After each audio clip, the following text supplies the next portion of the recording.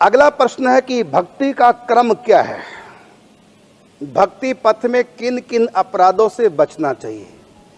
भक्ति का क्रम है आदौ श्रद्धा, ततः साधु संग, फिर इसके बाद भजन क्रिया, इसके बाद अनर्थों की निवृत्ति, इसके बाद फिर धीरे धीरे स्नेह प्रेम, आगे हम बढ़ते चले जाएंगे, अंत में महाभाव तक चले जाएंगे। लेकिन हमको यहां तक करना है, आगे तो अपने आप ही होगा।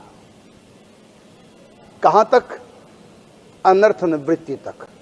तो आपने क्रम पूछा, सबसे पहले श्रद्धा जगाओ, कथाएं सुनकर, सत्संग सुनकर के, चमत्कार देख करके जो जगता है वो श्रद्धा नहीं होती है, उसको प्रभाव बोलते हैं।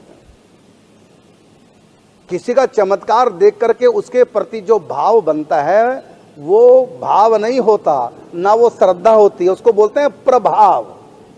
और ये प्रभाव तो टेम्परेरी होता है, चकमक के पत्थर की रगड़ के समान। दो पत्थरों को रगड़ा, चिंगारी पैदा हो गई, लेकिन उससे होगा कुछ नहीं। हाँ, पेट्रोल में तो आग लग जाएगी, लेकिन आम लकड़ी में नहीं, वो तो हल्की सी चमक है। श्रद्धा किसको कहते हैं?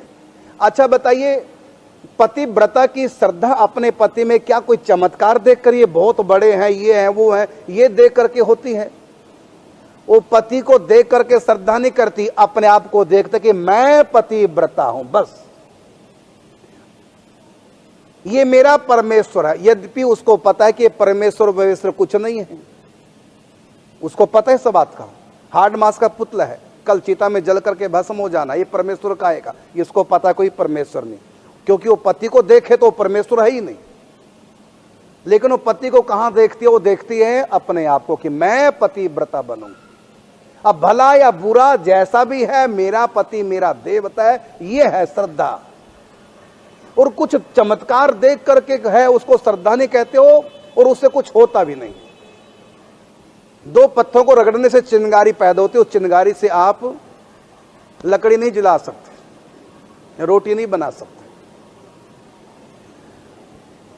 तो कुछ देख करके जो होती है वो श्रद्धा नहीं, कुछ देख करके तो हम प्रभाव में आ जाते हैं, बिना देखे बस मेरा पति। रावण में कौन सी अच्छी बात थी, लेकिन उनकी पत्नी पतिव्रता मंदोदरी कहते जैसा भी है मेरा पति।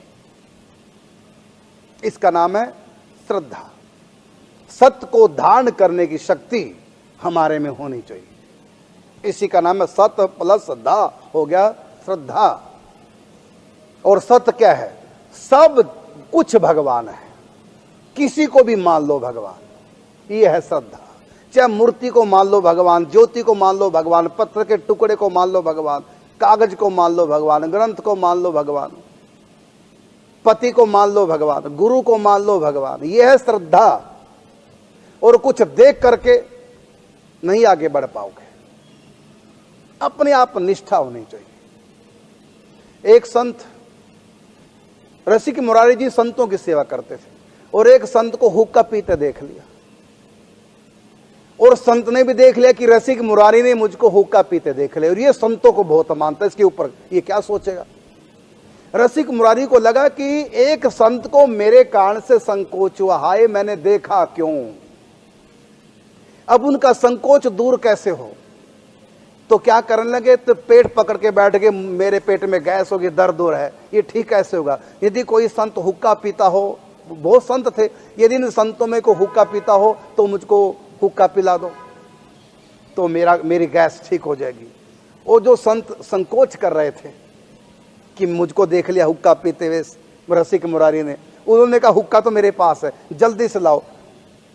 और हुक्का पिया। अंदर धुआं तो लेने गए क्योंकि उनको अभ्यास नहीं, लेकिन नाटक किया हुक्का पीने का। किस लिए नाटक किया?